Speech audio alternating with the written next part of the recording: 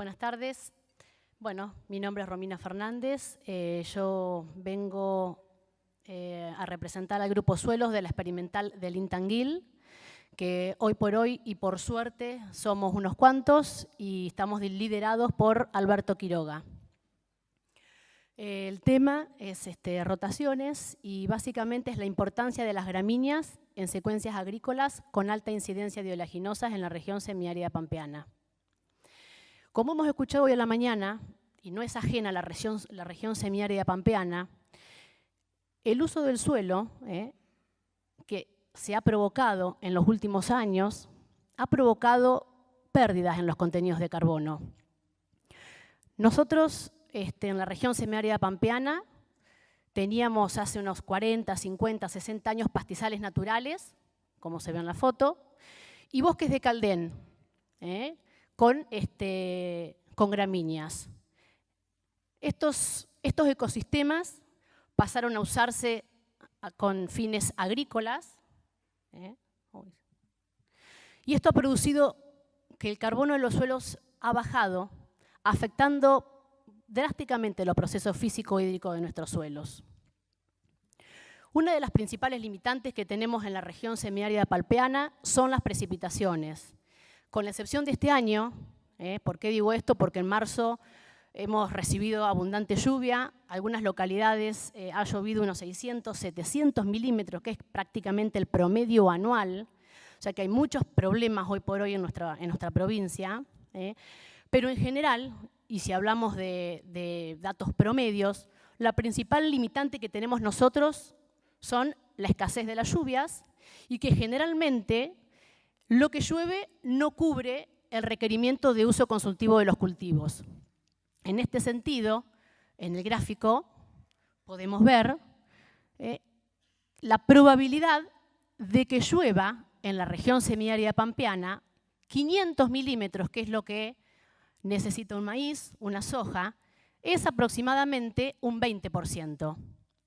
Para los cultivos de invierno, también, la probabilidad de que llueva lo que un trigo o lo que un cultivo de invierno necesita, 350 milímetros, también llega aproximadamente al 20%.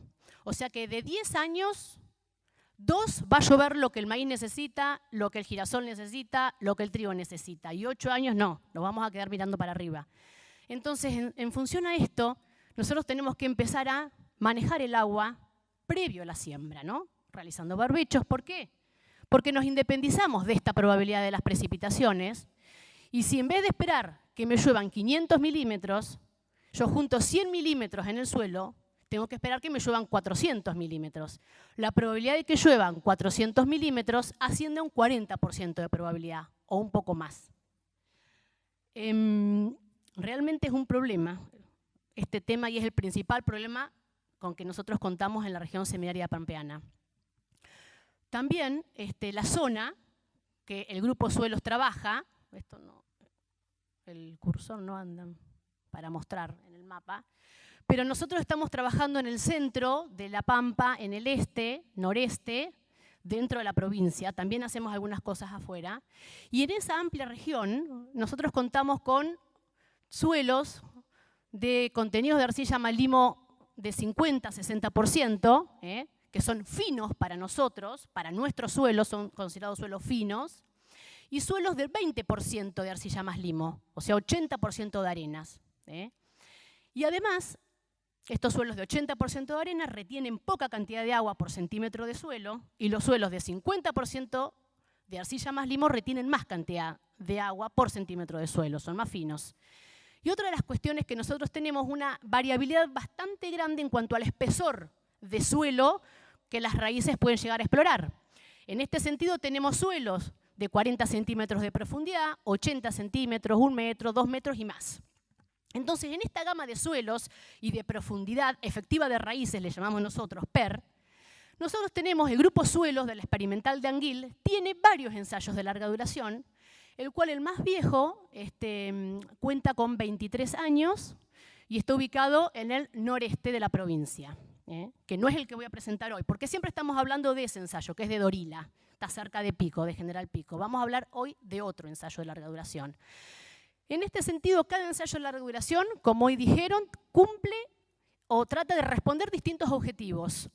Tenemos suelos de 20% de arcilla más limo sin influencias de napa y suelos con 20 y pico % de arcilla más limo con influencia de napa. Entonces, el manejo que hacemos es distinto, los cultivos que ponemos o la profundidad efectiva de raíces es diferente. Y también tenemos estos suelos finos, de 50% de arcilla más limo, condicionados por el manto calcáreo, que lo tenemos a los 80 centímetros, a los 40 al metro.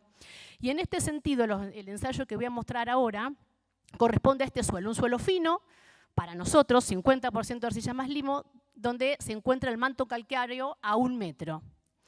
¿Por qué surgió esto? Porque grupos de productores se acercaron a la experimental de Anguil preocupados, hace aproximadamente unos 12 años, por la incidencia del cultivo de soja, que no era nuestro cultivo en nuestra región. No era normal ver en nuestra secuencia la soja, sobre todo en el centro de la Pampa, sí en el norte y en el noreste, pero no en el centro. Entonces, base a esto, los productores, las asociaciones de productores, pidieron reunión con el Grupo Suelos, con la dirección, preocupados por este problema y cómo podíamos atender esta demanda. En este sentido, ir tratando de responder a los productores, hace aproximadamente 9 años se estableció este ensayo de larga duración, que es joven, comparado con otros, con los de 40 años de historia, con los de 23 años que tenemos en Dorila. Este es un ensayo de larga duración joven, con tan solo 9 años, donde nosotros lo que hacemos es, para tratar de responder con esta demanda, establecimos 2 sistemas de secuencias. Una en soja continua, que en la foto la vemos, la sojita, que no vemos ningún rastrojo, el suelo limpio, todo esto es en directa. Y una soja, pero en rotación con cultivos agrícolas, con gramíneas, donde el 50% de los cultivos son gramíneas. Paralelamente y alambrado de por medio de este lote agrícola que ustedes ven, nosotros contamos con el suelo en vegetación natural, que se usa para la producción ganadera, porque para la cría o recría de ganado bovino está usado en producción, y en realidad este era todo el establecimiento, así era. Este era el ecosistema en equilibrio que tenía este campo. Suelo en vegetación natural, que hace 40 años se desmontó y hoy comenzó a ser usado con fines agrícolas. Y hace 9 años instalamos este ensayo de larga duración. Acá vemos las parcelas donde la soja en rotación, ahí vemos las fajas con cultivos de cobertura, que generalmente estamos usando centenos de ciclo intermedio, y las parcelas de al lado que le corresponden a la soja en monocultivo. Acá vemos 2 fotos. Y es el suelo de alambrado de por medio, tiene la misma textura, llueve lo mismo. ¿Cuál es la diferencia? Es el uso. El suelo, el punterito, no, ahí está. Este suelo corresponde al bosque de Caldén, no es muy difícil darse cuenta. Lo vemos agregado al suelo en distintos tamaños, formando distintos tamaños de agregado. El suelo se agrega en distintos tamaños, con mucha cantidad de raíces. Se sacaron estas muestras con un cilindro de acero inoxidable. Y en la foto de al lado es el suelo que viene de hace 40 años en agricultura. En tan solo 40 años, que para la historia de un suelo no es nada, estamos haciendo algo que asusta un poco, ¿no? En este sentido, la influencia de la soja, del sistema agrícola, ha hecho que los niveles de materia orgánica desciendan. Ambos secuencias de cultivo tienen 2% de materia orgánica, pero fíjense la cantidad de materia orgánica que tiene el suelo bajo vegetación natural, alambrado de por medio. 7% de materia orgánica. ¿Quieren que les diga fósforo? El suelo en vegetación natural tiene 60 partes por millón de fósforo, mientras que saltamos el alambrado y el suelo en agricultura de hace 40 años nada más tiene 11 partes por millón de fósforo. Ahí abajo vemos 2 indicadores que nosotros usamos normalmente, que se usa la gente que está en investigación en suelos, que se denominan densidad aparente y densidad aparente máxima, y que me reflejan el estado de compactación de un suelo. Vemos que la peor situación, o sea, los valores más altos corresponden a la soja continua, y los valores más bajos corresponden a la vegetación natural, al bosque de Caldén, y no en una situación intermedia, no está en una situación intermedia, pero la secuencia de soja en rotación lentamente son 9 años de esta secuencia, que es poco, va viajando y se está despegando, se está alejando de los valores que tiene el suelo bajo la soja continua.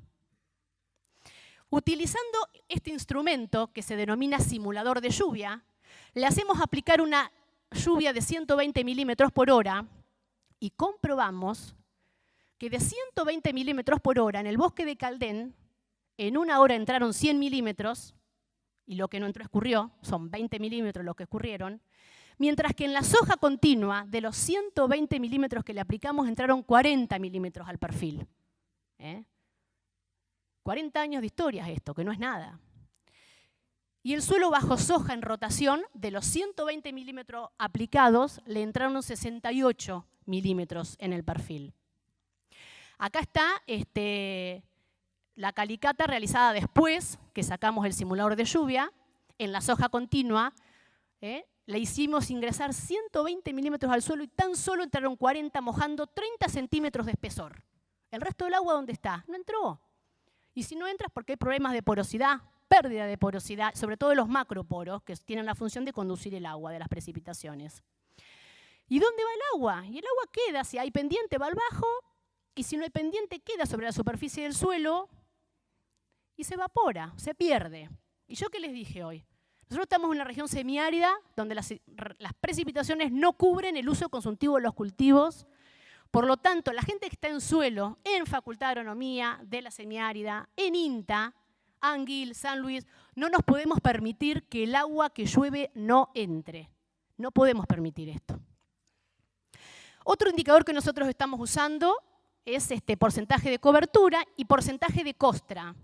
Estos son suelos finos, con 50% de arcilla más limo, y encima si han perdido materia orgánica, que estamos viendo que tienen 2% de materia orgánica, cuando normalmente tenían, no sé, 7, 10% de materia orgánica. El problema que se compacta, se plancha, se pierden los macroporos a causa de la pérdida de carbono de estos suelos. Entonces, fíjense lo que es tan solo 9 años de hacer estas dos rotaciones, soja continua, soja en rotación. El porcentaje de costra promedio que estamos midiendo es 37% en soja continua, mientras que soja en rotación tiene un 17% de costra. Acá vemos esta fotito de la soja, esta la tomé hace 15 días. Ahí vemos la costra. Esto se hace en siembra directa. Muchos productores están utilizando secuencias de cultivo como esta. Y el perfil está lleno, claro, si llovieron 300 milímetros en este ensayo, en marzo. Tengo la napa a 1 metro, hacemos el pozo de humedad, tengo agua libre sobre la napa, tengo el perfil lleno, está lleno de agua, cargado, pero fíjense lo que pasa en los primeros centímetros del suelo. Y esto perjudica la captación del agua de lluvia. Otro de los indicadores que estamos haciendo nosotros, sencillitos, como contamos el peso de las 1000 semillas, dijimos, bueno, vamos a contar el peso de los 1000 agregados. No contamos 1000, contamos 200 o 300. Entonces, a ver qué nos dice. El suelo se agrega, como dije hace un ratito, en distintos tamaños. Agregados más grandes, agregados intermedios de 4, 8 milímetros, 3, 4, 2, 3, y agregados pequeños, menores a 2 milímetros. Lo que vimos es que el sistema en soja continua tiene un 30% más, los agregados son un 30% más pesados que el mismo agregado en vegetación natural. Por ejemplo, los agregaditos de 2 a 3 milímetros pesan un 30% más que lo que pesa en este suelo en vegetación natural. Y todos los tamaños agregados en este sistema en soja continua son más pesados. Si está más pesado el agregado, tiene menos poro. Y si tiene menos poro, estos problemas de procesos físico-hídricos están a flor de piel. En promedio, acá vemos el establecimiento de la soja, cómo se logra establecer una soja continua. Es difícil de lograrla, es difícil de lograr un cultivo aceptable. Hay mucho manchoneo y vemos malezas que aparecen. El promedio de las hojas continuas, el promedio de todas las hojas que hemos tenido, da como resultado 2.043 kilos. Y la soja en rotación, parcela de al lado, vemos un cultivo en mejores condiciones. Es el mismo suelo, solo usamos cultivos de cobertura y no todos los años, no todos los años. Y contamos con 2.642 kilos por hectárea de rendimiento. Ahí terminó. Entonces, la secuencia de cultivo tiene que tener gramíneas para nuestra zona. ¿Y por qué no volver con esto? Ahora Alejandra va a hablarnos, nos va a dar más detalles sobre las pasturas perennes. En este sentido, este es otro ensayo de larga duración que tuvimos 6 años de agricultura y ahora vamos por el 5º año de pasturas perennes, de alfalfa con agropiro y de festuca con agropiro. Termina este año y vamos a monitorear los indicadores físicos, químicos, biológicos, varias cosas de las que nosotros hacemos en la experimental. Pero les doy un dato, estamos midiendo raíces. ¿Saben cuántas raíces tienen estas pasturas? Entre 14.000 y 17.000 kilos de materia seca de raíces por hectárea hasta el metro de profundidad. Entonces, ¿cómo no van a regenerar la fertilidad de estas pasturas?